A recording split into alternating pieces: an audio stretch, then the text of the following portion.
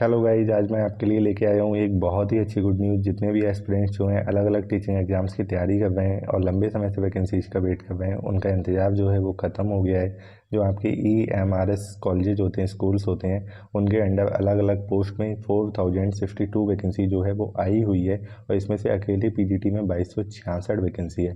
तो अगर आप लंबे समय से PGT टीचर बनना चाहते हैं और वैकेंसी का इंतजार कर रहे हैं तो आपका इंतजार ख़त्म हो गया है। इसके अलावा जो नॉन टीचिंग स्टाफ है, इसमें भी आप अप्लाई कर सकते हैं। इसके अंदर भी बहुत ही अच्छी वैकेंसी जो है आई हुई है। तो सबसे पहले मैं आपको समझा दूं कि EMRS स्कूल होता क्या है और उसके बाद मैं आपको वैकेंसी की पूरी डिटेल दूंगा, क्या एलिजिबिलिटी क्राइटेरिया, एग्जाम प्रोसेस क्या है, सिलेबस क्या है, कैसे आपको अप्लाई करना है। तो सबसे पहले मैं आपको बता दूं कि ये जो एप्लीकेशन है 29 जून से जो है वो ये शुरू हो चुके हैं और इनके जो आवेदन है वो 31 जुलाई तक जो है वो लिए जाएंगे। मतलब अभी आपके पास 1 महीना है अप्लाई करने के लिए। तो हम बात कर रहे थे EMRS स्कूल क्या है। तो ये जो स्कूल है इसकी फुल फॉर्म है एकलव्य मॉडल रेजिडेंशियल स्कूल और ये सेटअप किए गए हैं इंडियन गवर्नमेंट द्वारा टू एजुकेट ST स्टूडेंट्स। तो ये रिमोट एरियाज में जनरली सेटअप है पूरे इंडिया में। और ये फंक्शन जो इनका है वो 6 क्लास से 12 क्लास तक है, मतलब 6 क्लास से 12 क्लास तक ही इसमें है, ऐसा नहीं है 1 से 12 तक है। तो आपको इसमें जो टीचिंग वैकेंसीज हैं वो आई हुई हैं इस टाइम। मैं आपको बताता हूँ कैसे आपको इसमें अप्लाई करना है, क्या एलिजिबिलिटी क्राइटेरिया है। सबसे पहले तो वैकेंसीज देख लेते हैं किसके सब्जेक्ट में कितनी वैकेंसी है और जो नॉन टीचिंग स्टाफ है उसमें कितनी वैकेंसी है। सबसे पहले अगर बात करें प्रिंसिपल की, जो कि एक ग्रुप ए जॉब होती है, इसमें जो अनरिजर्व वैकेंसी है वो 125 है। मैं आपको टोटल वैकेंसी बताऊंगा, कैटेगराइजेशन आप अपने आप देख लेना। टोटल जो 303 वैकेंसी है। अब अगर बात करें सब्जेक्ट वाइज PGT वैकेंसी की तो इसको भी देखते हैं। अगर आप देखेंगे तो इंग्लिश सब्जेक्ट में 246 वैकेंसी, हिंदी में 200 वैकेंसी, मैथ में 244 वैकेंसी, केमिस्ट्री में 169 वैकेंसी, फिजिक्स में 179 है, बायोलॉजी में 236 है, हिस्ट्री में 185, ज्योग्राफी में 154, कॉमर्स में 140, इकोनॉमिक्स में 161 और कंप्यूटर साइंस में 172।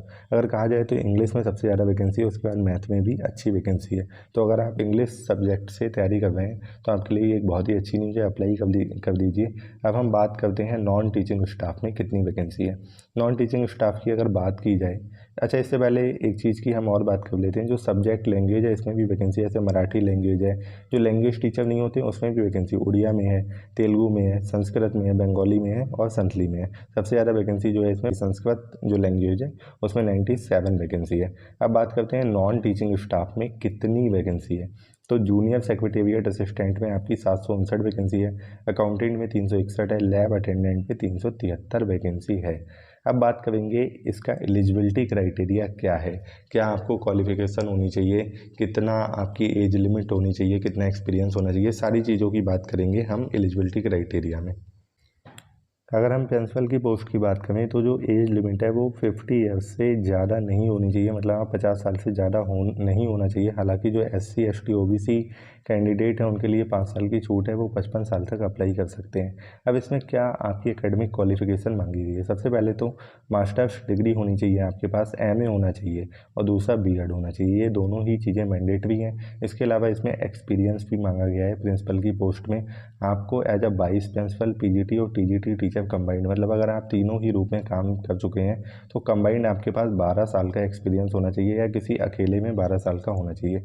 इसके अलावा एक चीज़ इसमें मैंडेटरी है कि as a PGT teacher minimum आपको 4 साल का एक्सपीरियंस होना ही चाहिए। मतलब कहने का मतलब ये है, अगर आप एज ए TGT टीचर अगर आप 12 साल से काम कर रहे हैं तो आप इसमें एलिजिबल नहीं है। मिनिमम आपको 4 साल का PGT teacher, as a PGT teacher भी एक्सपीरियंस चाहिए। इसके अलावा इसमें कुछ डिजायरेबल पॉइंट भी हैं, मतलब इसमें आपको प्रेफरेंस मिलेगी, अगर इंटरव्यू में आपको प्रेफरेंस मिलेगी अगर आपको ये चीज़ें हैं आपके अंदर, जैसे कि experience of working in a fully residential school. अगर आप किसी फुली रेजिडेंशियल स्कूल में पहले काम कर चुके हैं तो आपको प्रेफरेंस दी जाएगी, जैसे नवोदय विद्यालय हैं, KVS हैं, ओके। इसके अलावा आपकी प्रोफिशिएंसी जो है इंग्लिश, हिंदी और रीजनल लैंग्वेज में भी देखी जाएगी।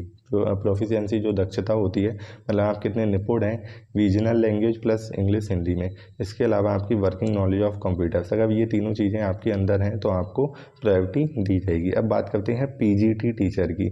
PGT टीचर के लिए सबसे पहले तो जो एज लिमिट है वो 40 साल है। 40 साल से ऊपर आप अप्लाई नहीं कर सकते हैं। सेकंड चीज़, जो एज रिलैक्सेशन दिया गया है SC ST OBC कैंडिडेट को, तो इसमें आप दिया गया है वो आप डिटेल में अभी नोटिफिकेशन में हम पढ़ लेंगे। अलग अलग दिया गया है, कहीं पे 3 साल है, कहीं पे 5 साल है, मतलब थोड़ा थोड़ा एज रिलैक्सेशन दिया गया है। अब सबसे पहले इसमें एसेंशियल क्वालिफिकेशन क्या है, सीधी सी बात है, आपके पास एक पोस्ट ग्रेजुएशन डिग्री होनी चाहिए। ओके, मतलब आप जिस भी सब्जेक्ट से अप्लाई करना चाहते हैं उस सब्जेक्ट में, जैसे आप इंग्लिश से अप्लाई कर रहे हैं तो आपके पास इंग्लिश में एमए होना चाहिए। सेकंड चीज़ है, अगर आप पीजीटी के लिए अप्लाई कर रहे हैं तो आपके पास बीएड भी होना चाहिए, मतलब इसमें एमए और बीएड दोनों ही मांग रहे हैं।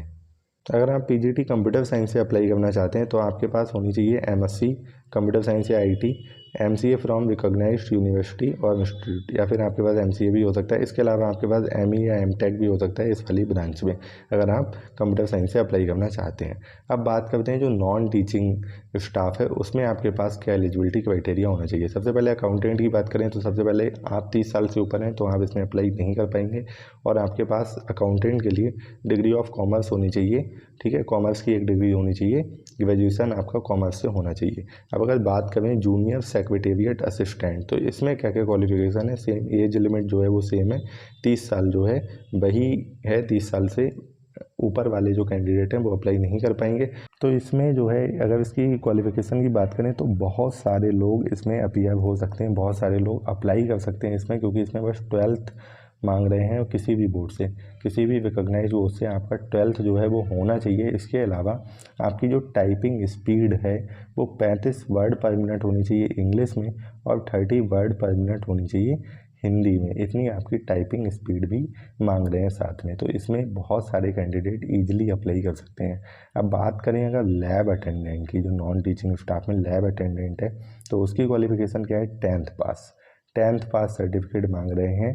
और इसके अलावा 12th क्लास में साइंस, या तो आप 10th पास हो या फिर आप 12th क्लास आपकी हो साइंस स्ट्रीम से फ्रॉम अ रिकॉग्नाइज्ड बोर्ड और यूनिवर्सिटी, और इसमें भी क्या है 30 साल से ऊपर के लोग अप्लाई नहीं कर सकते हैं। तो ये तो हमने देखा एलिजिबिलिटी क्राइटेरिया क्या था।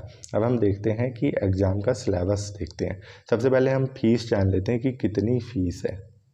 दोस्तों ये जनरल और ओबीसी के लिए फ़ीस है, जो प्रिंसिपल पोस्ट के लिए फ़ीस है वो 2000, पीजीटी के लिए 1500 और नॉन टीचिंग स्टाफ के लिए 1000 रुपये फ़ीस है। और जो एससी एसटी कैंडिडेट हैं वो फ़ीस से एग्जेम्प्टेड हैं, उन्हें कोई भी फ़ीस नहीं देनी है। ड्यूरेशन ऑफ एग्ज़ाम है वो 180 मिनट, मतलब 3 घंटे का एग्ज़ाम होगा प्रिंसिपल के लिए, वो टीचिंग स्टाफ के लिए, प्रिंसिपल और पीजीटी के लिए, और जो 150 मिनट का एग्ज़ाम होगा वो होगा नॉन टीचिंग स्टाफ के लिए। अब जानते हैं सिलेबस, क्या क्या सिलेबस आएगा इसमें। सबसे पहले तो आप ये जान लें कि ये पेन पेपर मोड में एग्ज़ाम होगा, ऑनलाइन एग्ज़ाम नहीं है, OMR सीट पे ये एग्ज़ाम होगा। और जो मीडियम है पेपर का वो हिंदी और इंग्लिश दोनों ही होगा, तो जो हिंदी एस्पिरेंट्स है वो भी निश्चिंत होकर इसकी तैयारी कर सकते हैं। एग्ज़ाम पैटर्न अब हम जानते हैं, प्रिंसिपल की पोस्ट के लिए क्या एग्ज़ाम पैटर्न है। तो सबसे पहले तो आप समझ लीजिए कि ये जो एग्ज़ाम है वो 3 पार्ट में डिवाइड है। सबसे पहले 130 मार्क्स में जो आपका ऑब्जेक्टिव एग्ज़ाम है, और 20 मार्क्स में आपकी लैंग्वेज कॉम्पिटेंसी जज की जाएगी। इसके अलावा 40 मार्क्स का जो पर्सनालिटी टेस्ट प्लस इंटरव्यू है। अब सिलेबस देखते हैं क्या क्या सिलेबस आएगा। तो सबसे पहले अगर हम देखें बहुत ही ब्रॉड सिलेबस है, बहुत कुछ पूछा जा रहा है प्रिंसिपल के एग्ज़ाम के लिए। रीजनिंग एंड न्यूमेरिक एबिलिटी जो है वो 10 मार्क्स की होगी। जनरल अवेयरनेस उसमें भी 20 क्वेश्चन आएंगे। लैंग्वेज कॉम्पिटेंसी टेस्ट जिसमें इंग्लिश और हिंदी दोनों ही 10-10 मार्क्स के आएंगे। एकेडमिक्स एंड रेजिडेंशियल एस्पेक्ट्स जो हैं वो 50 मार्क्स का होगा। एडमिनिस्ट्रेशन एंड फाइनेंस की नॉलेज भी आपकी टेस्ट की जाएगी 50 मार्क्स में, तो ये टोटल बनता है 150 मार्क्स। इसके अलावा जो 40 मार्क्स का इंटरव्यू है वो भी आपका होगा। अब देखते हैं पीजीटी टीचर में आपका क्या क्या पूछा जाएगा। तो सबसे पहले तो आप ये जान लें कि जो आपका ऑब्जेक्टिव टेस्ट होगा वो 130 मार्क्स का होगा, और कॉम्पिटेंसी टेस्ट जो होगा 20 मार्क्स का होगा। एक बात और जान लें, इसमें कोई भी इंटरव्यू नहीं है। ओके, इंटरव्यू इसमें नहीं है, जो भी फाइनल सिलेक्शन होगा आपके इसी एग्ज़ाम के बेसिस पे होगा। अब इसका अगर हम सिलेबस जाने तो जनरल अवेयरनेस आएगी 10 नंबर की, रीजनिंग एबिलिटी आएगी 20 नंबर की, knowledge of ICT information technology भी 10 नंबर में पूछी जाएगी, टीचिंग एप्टीट्यूड पूछा जाएगा 10 मार्क्स में। इसके अलावा आपको अपने सब्जेक्ट की भी नॉलेज होनी चाहिए, जिस सब्जेक्ट से आप अप्लाई करते हैं वो 70 नंबर में पूछा जाएगा, सबसे ज़्यादा वेटेज उसी का है। इसके अलावा 5 नंबर में आपकी पेडागॉगी पूछी जाएगी, केस स्टडी बेस्ड क्वेश्चन पूछे जाएंगे, और जो न्यू एजुकेशन पॉलिसी आई है 2020 में वो भी 5 नंबर में पूछी जाएगी। इसके अलावा जो लैंग्वेज कॉम्पिटेंसी टेस्ट है उसमें 10-10 नंबर का हिंदी और इंग्लिश की जो नॉलेज है वो आपकी टेस्ट की जाएगी। और ये जो एग्ज़ाम है ये बस क्वालिफाइंग है इन नेचर, इसके कोई भी नंबर नहीं जुड़ेंगे, लेकिन इसमें एक 40% का कट ऑफ रखा गया है, मतलब 10 में से 4 मार्क्स आपके आने ही चाहिए। अगर इसमें आप फेल हो जाते हैं तो आपके बाकी के नंबर नहीं जुड़ेंगे और आप डिस्क्वालीफाई कर दिए जाएंगे। ये क्वालिफाइंग है लेकिन इसमें पास होना ज़रूरी है। ओके, अब अगर अकाउंटेंट की बात करें तो इसका भी जो ऑब्जेक्टिव टाइप पेपर होगा 130 मार्क्स में, इसमें भी जो रीजनिंग है वो 20 नंबर की पूछी जाएगी। क्वांटिटेटिव एप्टीट्यूड पूछा जाएगा 30 नंबर का, मतलब जो बेसिक मैथ होती है। इसके अलावा जो लैंग्वेज कॉम्पिटेंसी टेस्ट होगा वो भी 20 नंबर का होगा। Basic knowledge of computer, general awareness और करंट अफेयर भी पूछा जाएगा 20 नंबर में। इसके अलावा आपको जो सब्जेक्ट नॉलेज है accountancy, annual taxation, accounts, budgeting, auditing, financial management, ये पूछा जाएगा आपका 40 मार्क्स में। कुल मिला के 130 मार्क्स का एग्जाम होगा।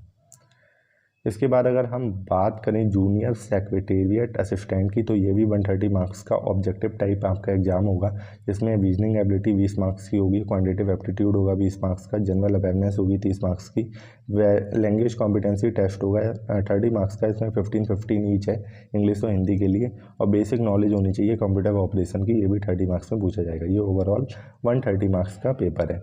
ओके, अब इसके बाद अगर बात करें लैब अटेंडेंट की, तो इसमें रीजनिंग एबिलिटी 15 मार्क्स की, जनरल अवेयरनेस 15 मार्क्स का, लैंग्वेज कॉम्पिटेंसी टेस्ट जो है 30 मार्क्स का, और सब्जेक्ट स्पेसिफिक नॉलेज भी आपकी 60 मार्क्स में पूछी जाएगी। ये ओवरऑल 120 मार्क्स का टेस्ट है। तो ये तो था आपका एग्ज़ाम का सिलेबस। अब बात करें, इसमें नेगेटिव मार्किंग भी है, 1/4 नेगेटिव है, मतलब आपका प्रत्येक गलत क्वेश्चन के लिए 1/4 मतलब 0.25 जो है नंबर नेगेटिव भी होगा। एग्ज़ाम जो है वो पूरी तरह से मल्टीपल चॉइस है, कोई भी आपको सारा जो एग्ज़ाम होगा वो ऑब्जेक्टिव ही होगा, मतलब आपको विकल्प दिए जाएंगे, उसमें से एक विकल्प आपको चूज करना होगा। थोड़ी सी और एक्स्ट्रा इन्फॉर्मेशन ले लेते हैं, केवल इंडियन सिटीजन्स ही इसमें अप्लाई कर पाएंगे। सेकंड चीज़ ये है कि नंबर ऑफ वैकेंसी जो है ये टेंटेटिव है, मतलब निश्चित नहीं है, इनको घटाया बढ़ाया भी जा सकता है, तो इसको आप बाद में कोर्ट में चैलेंज नहीं कर सकते हैं अगर वैकेंसी घटाई जाती हैं या बढ़ाई जाती हैं। इसके अलावा ये पॉइंट वैसे ऐसे ही लिख देते हैं जनरली, ताकि कोई भी कैंडिडेट बाद में कोर्ट में चैलेंज ना करे, वरना जनरली वैकेंसी जो है सेम ही रहती हैं, घटती तो कभी नहीं है। इसके अलावा जो भी क्वालिफिकेशन मांगी गई है वो आपके पास होनी चाहिए, और ये आपको जितने भी सर्टिफिकेट हैं आपके क्वालिफिकेशन के वो आपको प्रेजेंट करने पड़ेंगे at the time of interview and document verification. और ये जो भी एलिजिबिलिटी क्राइटेरिया में जो भी चीज़ें मांगी गई हैं, इनकी जो कट ऑफ डेट है वो डिसाइड की गई है 31 जुलाई 2023, मतलब 31 जुलाई 2023 तक ये सारी चीज़ें आपकी कंप्लीट होनी चाहिए।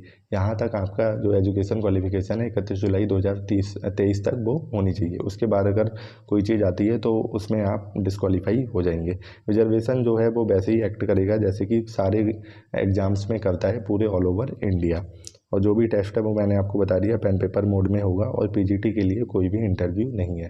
तो आज की वीडियो में इतना ही। अगर आपकी कोई और क्वेरी है तो आप उसको कमेंट सेक्शन में पूछ सकते हैं। इसके अलावा हमारा एक टेलीग्राम चैनल भी है, आप वो ज्वाइन कर लीजिए, आपको बहुत सारी इन्फॉर्मेशन वहाँ से भी अवेलेबल हो जाएगी। उसका लिंक जो है वो डिस्क्रिप्शन बॉक्स में दिया गया है। So thanks for watching this video, please like this video, share this video, and channel को आप सब्सक्राइब करना ना भूलें।